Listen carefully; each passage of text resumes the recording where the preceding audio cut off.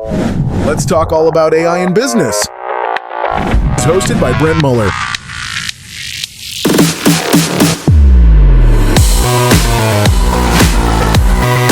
Welcome to the Future Proof Podcast.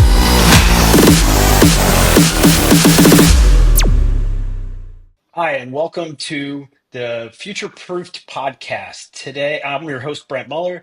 Today, I am with Bill Phillips from Spectrum Solutions. Welcome, Bill. Thanks for having me. We're delighted to have you.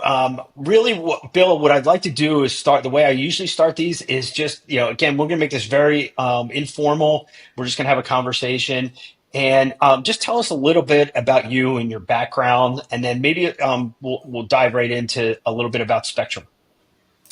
Yeah, my background before I started Spectrum was in packaging, doing packaging sales, design, and engineering.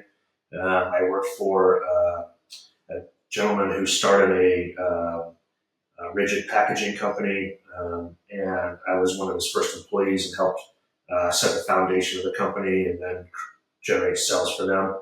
Rigid packaging is glass packaging, bottles, pumps, sprayers, that type of thing. Flexible packaging is boxes, tape, bubble wrap, that type of stuff. So started in rigid packaging, met the guy in his chair. Yeah. That one is cosmetics, personal care, juices, supplements, things of that nature. Got it. And then dovetailing into Spectrum, can you go into a little bit about how you started Spectrum, how long that's been going on, and kind of just a little bit about the background?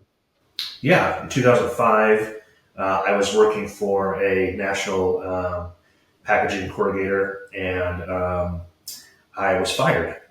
And I was working with one of my customers, helping him develop packaging and products for his company. And him and I became good friends, and he'd been on me to leave and start my own business. And he was my first call. His name is Greg Williams. And I called him, and he was like, "Great, let's get going." And I was, of course, distraught.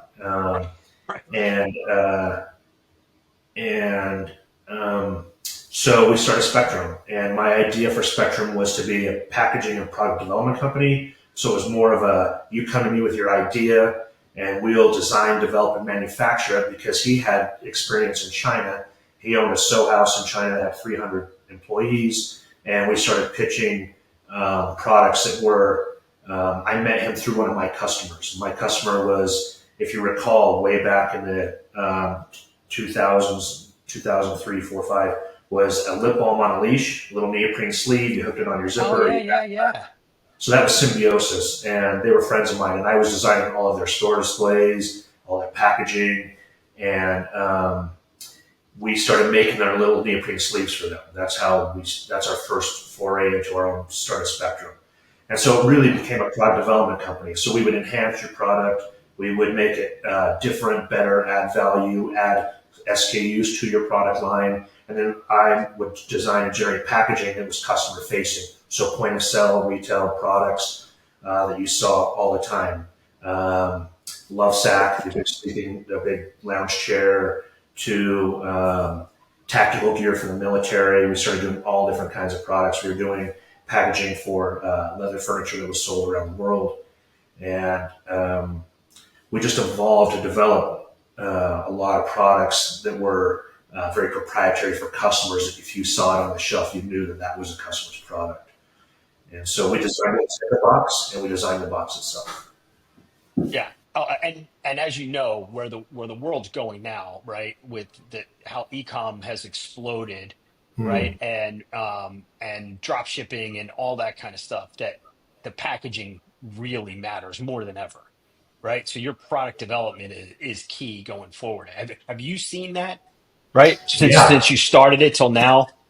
Yes, yeah, it's a great question. It was always, for me, it was about customer experience, and I was doing it, and then Apple really did it well. I mean, Apple became this thing where you didn't just get something, you had this experience of unveiling the new product that was coming out of the box. And that was the experience we tried to create for our customers, something that was this moment where you received it, and you opened it up and you felt like there was this giant value add of the product, and you're like, this is something that is tangible, is really worth its weight in the cost that the customer's paying, and it's a great experience. It wasn't just opening a box and getting the product out. Yeah, 100%. And I feel like that is the differentiators in tons of stuff we buy today that people, and you're right, Apple started it. I mean, I got my wife a new MacBook for Christmas, and the unveiling of that, it gets better all the time. It But you're does. right, they started it, and now, we are partners in a couple of e-com companies, and it's the packaging is everything. Like they constantly are trying to figure out. Now I'm going to have to get you in touch with them, because that's exactly what they're saying is like our packaging has to make us stand out from the competitors. It's ironic that the packaging is so highly important to promote and sell the product that's inside the box. But on the tail end, or the opposite of that, is where you're working with your customer and it seems like the packaging is the last item they come to you with. So their budgets are small. They want this, Cadillac dream on a Right. Ford Pinto budget. It's just like this thing where they come to you and you're like, here's my idea. And they're like, okay, great. Now let's make it 50% less than price. And you're like, Right. Can't do really it. deflating, right? Right. So I've dealt with that my entire career. And in 2012, Ancestry.com, who was a relationship of ours, came to us with an idea saying, hey, listen, launch this direct-to-consumer genealogy through DNA. And they said, will you help us create a customer experience when they receive the product in the mail to walk them through the process and make it a very simple process to make it very elementary for the customer, right?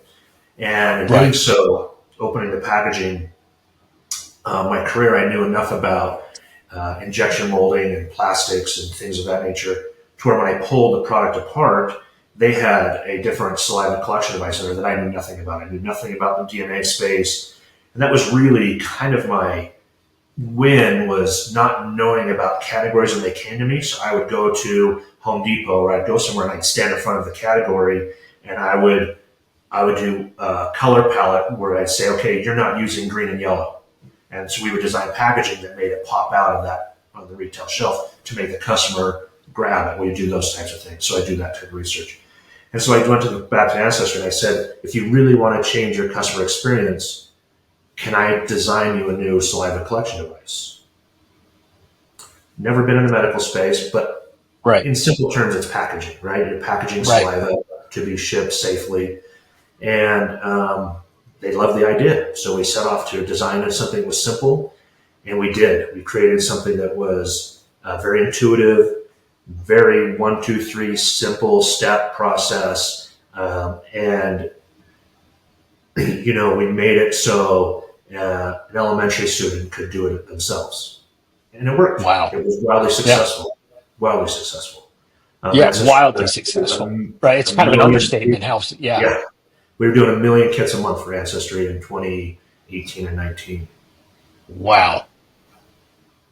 So as you think about, so that was 2018, 2019, because it was So we launched the, in November of Black Friday in 2013, and we were yep. supposed to do 20,000 kits a month. In our first week, we sold 44,000, and from there we just incrementally stepped up. It was 60,000 a month, then it was 80,000 a month, and 100,000 a month, and it got to be 1 million a month.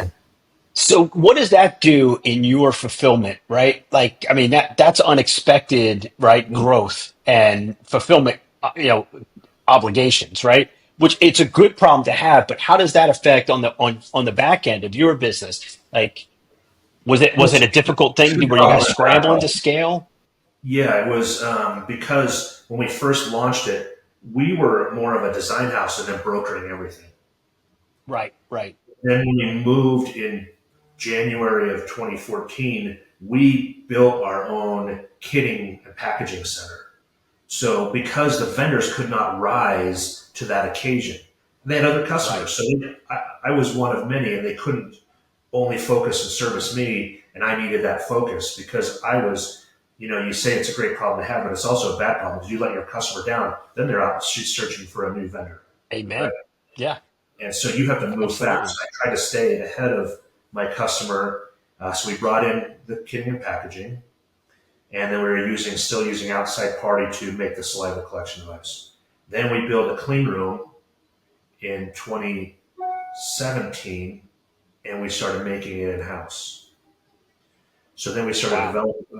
building the product in house. So now we're full cap and gown, FDA cleared, facility that is building a medical device. Wow. So huge pendulum swing from creating packaging for somebody to now being a medical facility. And that's really from there where we continued to drive, was focusing on growth in the medical space and doing contract manufacturing and packaging for medical products. And so fast forward to today, right? So as you added that in 2017, right? And in the last 7 years, how is that? What's that done to your business? Has it been I would imagine a boom because now you can use the vendors as your variable capacity, right? And you're able to fulfill on, I guess, most of your stuff in house. Yeah, so we brought in formulation. That's a preservation solution that's in the device that preserves the saliva. So we brought that in house. So we created a clean room batching facility. We brought in injection molding equipment. So we now became an injection molding facility. We created a fulfillment department. So we pick, pack, and ship, deliver on our own. So we became a completely fully integrated facility to where you could come in and say, I need you to make the product for me, and I need you to distribute it for me. So we handled everything from A to Z, every single thing. We did engineering in house. We have engineers. We did all the design in house. We did all the molding in house. Tools. We would third party that out, but we had a lab to measure and stay within tolerances for medical products. And then we had the assembly room for clean room, and then we had secondary packaging facility, and then we had a fulfillment facility. So we had all of it in house. And then in 2022, we brought in and we created a compounding pharmacy that would support the customers that are using our device for diagnostics. So it was test, treat, and monitor. So we were doing the treatment as well. Wow, that's amazing. That's amazing. So Yeah. as you look back when you made that decision, right? Because as a founder or CEO, you're always thinking, right, the trade-off, because what do I bring in house that's core to my business, right? And that's my value add versus what do I use vendors for, outsource, right? That's maybe not as core to the business, but you also have to be monitoring for scale. So how did you balance that? Because I know that many of the other CEOs and founders are struggle with very similar issues about what to bring in and what not to. Yeah, great question. So what we did was we created a partnership with a facility out of Malaysia as well. So we were selling to the APEC market, Australia and New Zealand out of Malaysia. So I was also traveling back and forth to Malaysia. So in 2014, we developed that. So they were handling 80% of the manufacturing for us, and we were doing 20%. And then we slowly migrated it over to be an 80-20 opposite. We could manufacture in the U.S.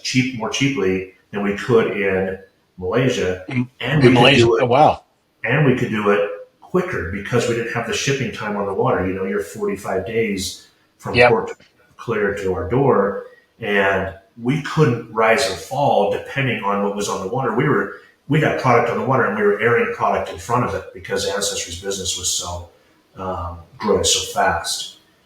But then in Amazing. 2020, so we started very small. We brought in a couple of injection molding machines in 2019. But in 2020, we were the first to be able to use saliva for COVID testing. So magic. That was my next question. You're right ahead of me. I was going to say, how did that dovetail into But COVID? it But go really plays ahead. a part of what you said in regards to scaling is, you know, Ancestry was scaling at 100 miles an hour, and COVID scaling was at 10,000 miles an hour. I'll And I'm bet. not exaggerating. And if you give me a second, I'll explain it. But we went from 95 employees to 800 in 90 days. Wow. We built a facility that was 47,000 square feet to 140,000 square feet in that same time. We looked like the backlot studios of Universal, giving tours of people, hiring as fast as we could. And we had 10% of our employee workforce off because they were COVID sick. So we had 880 people hired and trading off and working, but 800 in the building. We were running 3 shifts, 7 days a week. I brought in, now I have 11 injection molding machines. I built a clean room to injection mold products in 90 days. And then 10 days later, we had it validated and we were molding products. We were working 24 hours a day, nonstop. Were you selling the kits, the testing kits? Is that what? Yeah. So Or packaging them? Yeah. Ancestry failed to innovate in 2019. So their business started waning. And so we were scaling back to manage that waning business. And we're the health and wellness. So that was novelty DNA, genealogy was. And then the next space was health and wellness space. And then beyond that was diagnostics, like diagnosis for cancer. Right. So we were quickly gearing to change to move to health and wellness when COVID hit. And we just tried it, tested it, and it was quite an experience. I got a call from the White House, from Pence. I got a call from Major League Baseball.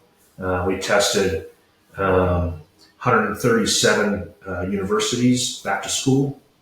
We tested, and we went from making 3,000 devices a day to 3 million a month. 3 million a month? 3 million a month. Yeah.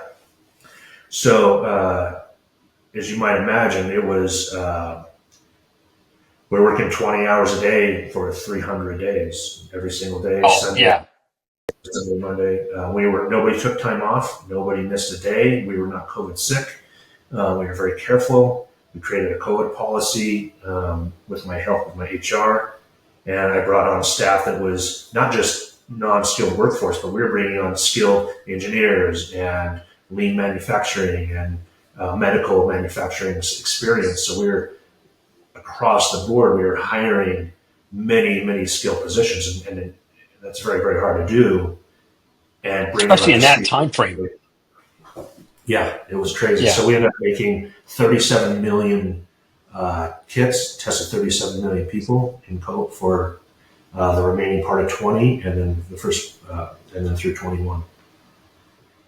And what was that span? Like maybe 15 months, 12 months? It was about 12 months. Yeah, by the time we were approved by the FDA, which was in April, and then we had to scale and build a facility. So we were cobbling it together until we could bring in the equipment. And people helped us. Our vendors were great. Plastic suppliers, chem suppliers. We got our injection molding machines. They were on the water for another customer, and they gave them to us. We did a lot of begging and borrowing. And I bet you did. But it's something that I know I'll never do again in my career, and all of my staff says the same thing. It was a great experience to have, but hopefully you don't have to do it again, right? Exactly right. Yeah. But what an amazing experience to go through, and to know, one, that you could do it, and two, how you did it, right? The lessons that you take out of that. So unprecedented. Yeah, unprecedented, right? And again, it's amazing how the country came together. I know there was a lot of fear through that, but your kits, obviously, that were going out were a godsend to tons of people, right? Trying to figure out whether or not they had it, and you could set it in your home, how to navigate it. You could self-administer it, and it was simple to use. And the greatest part is we were packaging and shipping them out. We were having 3 semi-loads from UPS leaving our building a day, going out overnight to consumers. 3 semi-loads. So we were building that, packaging them that quickly. We had a truck dropped off in the morning. We'd fill it from the overnight production. A truck would be dropped at noon, and one would be at 4 o'clock, and we were filling them all 3 and sending them out. And then FedEx and USPS. We were the only product in the world that was exempt with major carriers that it could ship as a non-biosample, because our preservation solution inactivated the virus. So if you had COVID and you spit into it and Right. put it in a solution, I could drink it and not get COVID. Oh, wow. But it preserved the Wow. RNA That is hugely nucleus. innovative. Yeah, so preserve the RNA nucleus. So what it allowed you to do is I could tell you how sick you were, how long you've been sick, and it was very safe for the people in the labs to use. So people in labs weren't getting sick. They didn't have to use extra precaution to process the sample because it wasn't a live virus. Right. So it was very Wow. nice. Yeah, that's amazing, Bill. It was That is amazing. It was amazing. really amazing. Good to be lucky. Yeah, yeah. Well, yeah, and good to have good systems and good processes too. And you know, again, that's innovation at its best. So That's what the now, president actually said. The president yeah, Trump said when he talked about innovation under pressure, he goes, there's that yeah, device you spit into. That was yeah. us.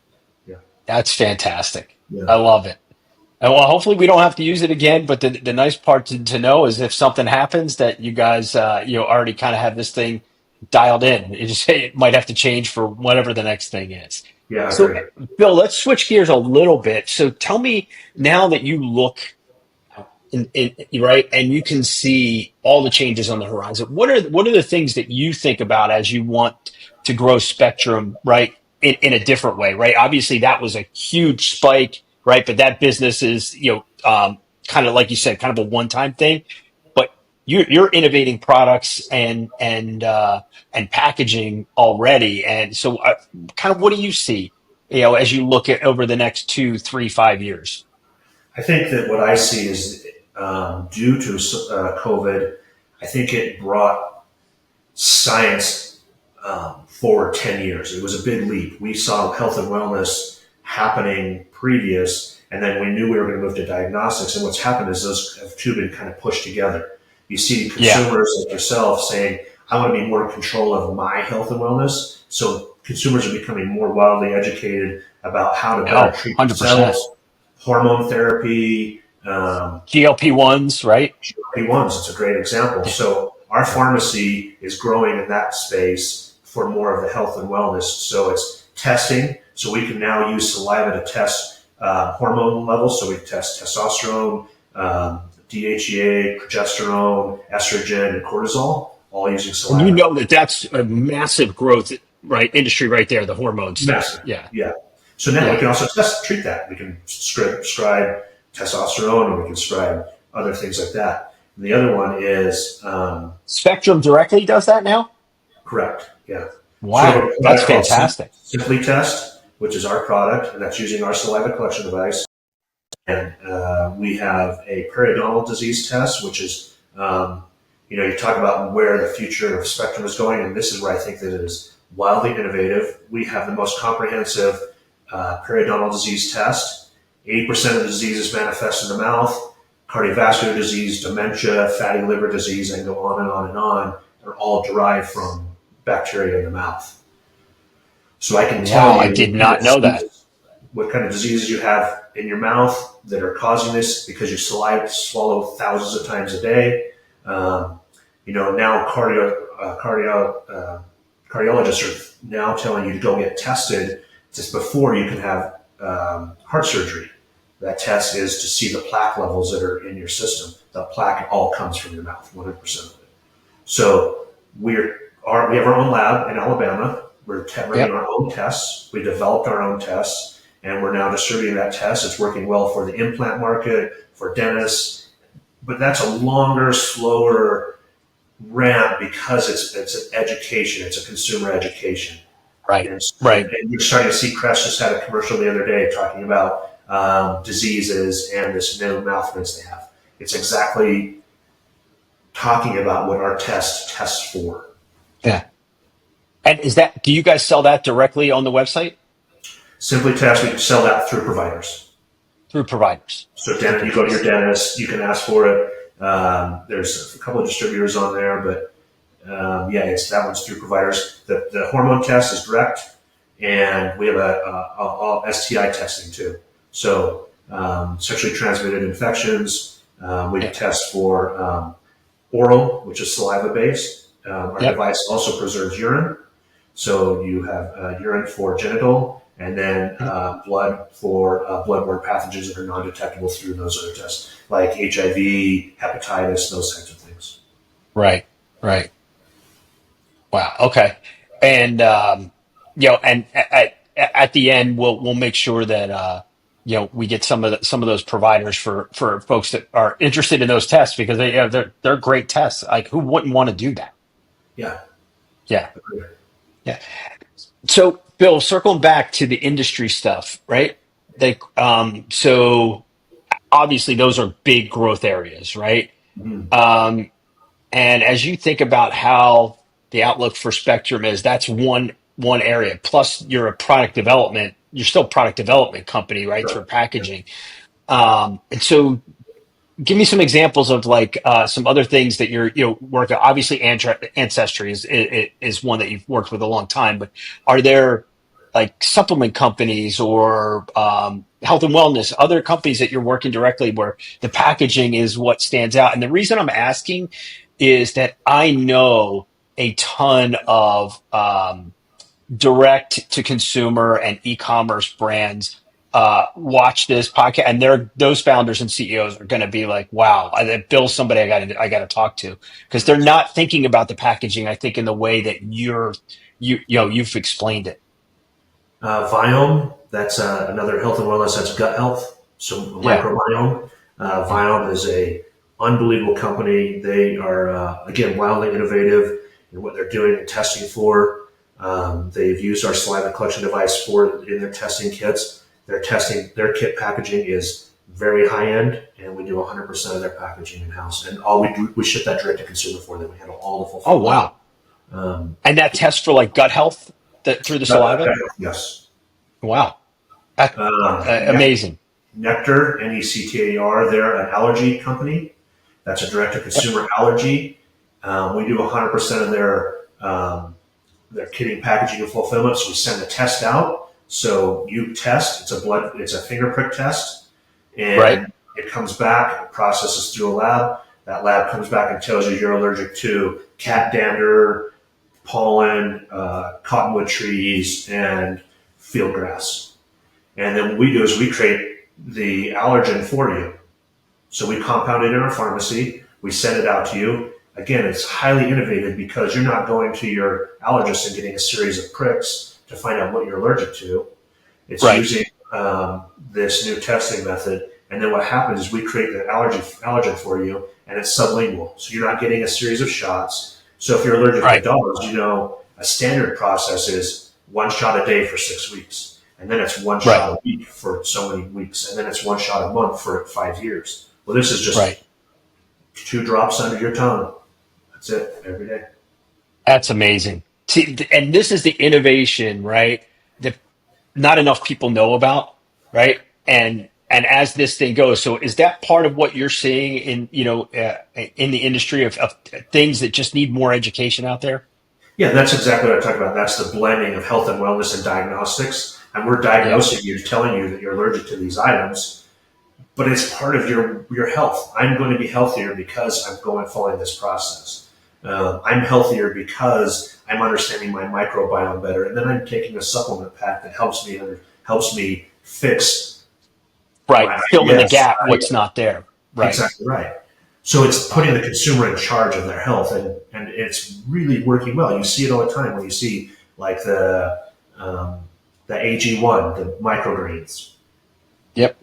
That's a perfect example of a health and wellness product that is where the consumer is controlling how to live a healthier life. Absolutely.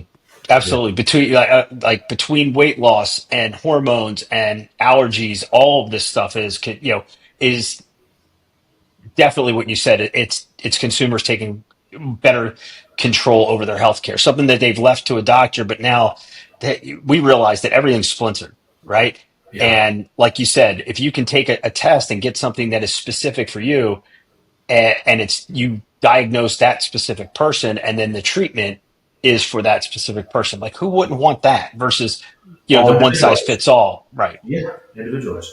And Yeah, if you absolutely. look at it, that's where telemedicine, COVID pulled telemedicine forward 5 or 10 years. I think the consumer wasn't quite ready for that yet, because of the trust 100%. I got to sit in front of my doctor. But our device turned your living room into the doctor's waiting room, because now you can spit into it, send it in, and 2 days later, I'm your doctor and I'm ringing you saying, Mrs. Jones, I want to talk to you about the results of your test. Right. And Right. here's the thing: I don't have to see you. I don't have to be in front of you, but I can talk to you, and then we can have a conversation about it. We can do it from your cell phone. We can do it on a phone call. But Right. Patient portals now, right, where you can converse like asynchronously, but about specific things instead of, hey, I got to go in and just they have to take a look at me. You, like you said, you're fast tracking the real conversation that you want to have with your doctor. and I believe as science continues to, before COVID hit, we were calling a lot of people and we weren't getting a lot of response saying, hey, listen, saliva is the next biosample that is the gold standard. Blood has always been the gold standard. Absolutely. And during COVID, we started getting calls from Stanford University, Penn State, where we finished a beautiful study with Penn State to do concussion testing for pediatrics using saliva. Got it. And we have a swab also that works with the same preservation solution, so we can swab an unconscious child and they can tell you what level of concussion they have. What grade the concussion is? Yeah. Wow.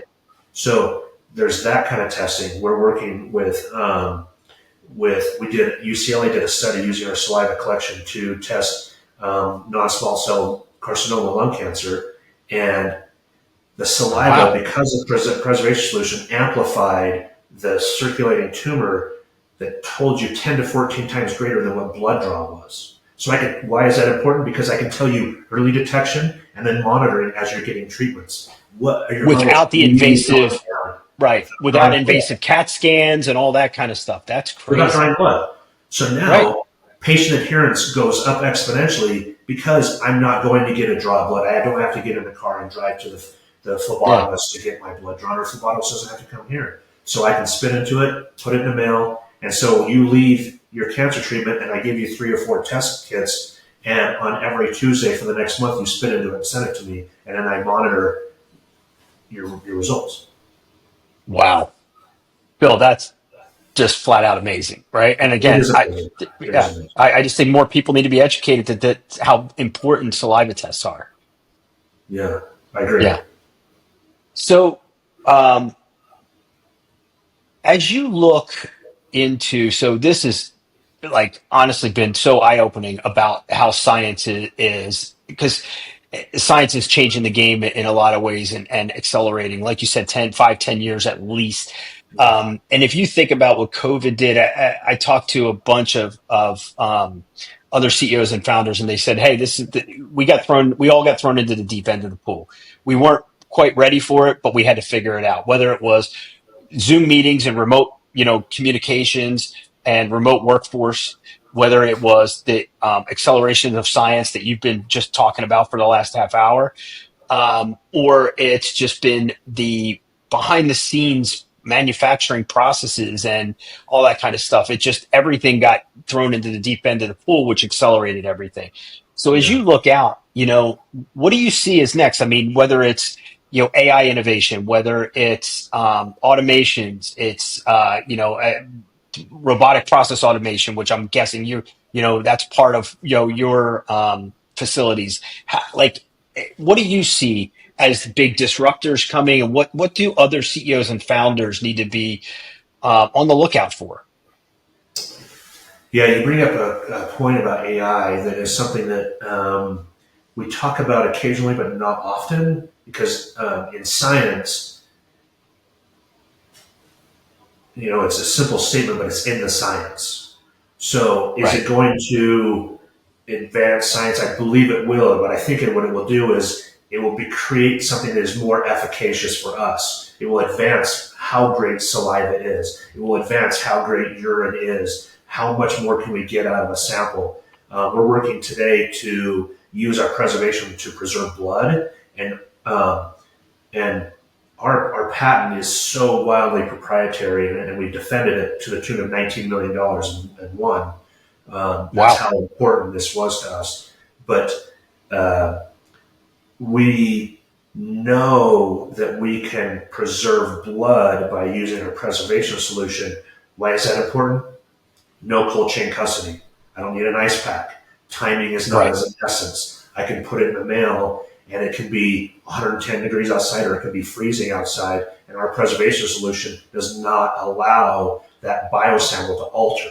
So I can freeze it and I can put it at 150 degrees and I'm going to still get the same result at the end. And based off time past of baseball players talking about their sample being altered because it was melted in the heat, or you're talking about how insurance companies won't cover somebody because their cholesterol levels spiked because the phlebotomist left it in their back seat for 2 days and that blood sample changed its composition.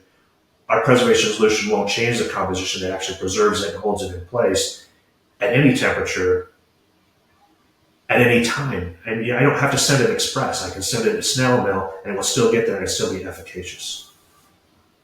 That is the future. And we think that's where technology and science meet each other to help prove that those things are fast, real, and can do them faster. Yeah. I couldn't agree more. Didn't even really think about that. I always think that AI and automations are there to make things better, but I wasn't thinking of it in those specific terms. And I think that that's fantastic. And I think people, especially some of our guys in the healthcare space, and healthcare technology space, will really resonate on what you just said because we work with a couple folks that are in the specialty pharmacy drug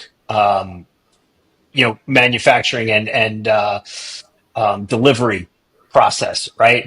And the diabetes drugs where you have to take 2 shots in a year so you don't go they don't go blind, that kind of stuff. Where but the tests for that stuff, right? Is exactly what you're talking about, whether it's through saliva or blood preservation. To make that easier only gets more patients, right? Those specialty drugs, and that's just one example. And so I love this. I think there's going to be a lot of folks that are going to be very interested in this podcast and kind of some of the stuff that you've hit on, because it's already sparked some things for me in other businesses that I'm involved in, and I'm like, wow, that's amazing. And like you said, COVID kind of accelerated a lot of this stuff, and hopefully we're all the beneficiaries from it. Yeah, we're working with a group called Enable Bioscience out of San Francisco, and their core science is diabetes, and it's early detection diabetes, and we do all of their packaging for them. And they work with like JDRF, which is the largest junior diabetes group in the country, and so they are key components of early testing and early treatments. And he's on the cusp of doing some great things that will prevent or delay you becoming diabetic, type 1 diabetic. So that's the type of science people that we're working with. And before COVID, we weren't getting those calls, and today we're having those conversations all the time. And so whatever you went through to get there, and whatever everyone else went through to go COVID, I think now we're starting to see the positives of it, right? Yeah. It didn't feel positive when we were going through it, but man, if we can accelerate some of this, it's going to be amazing, right? What it does for the patient population out there. Yeah. Yeah. The hard part about this is it's not just when the business grows, how do you handle it? But when the business slows down, how do you handle it? Because post-COVID, we're not going to be making 30 million kits a year. Right.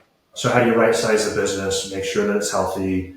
How do you make sure that you stay on the path of advancing science? Our chief science officer is an amazing guy, and he is really progressive in regards to developing new science. He's the one who's really pushed and developed our periodontal disease test.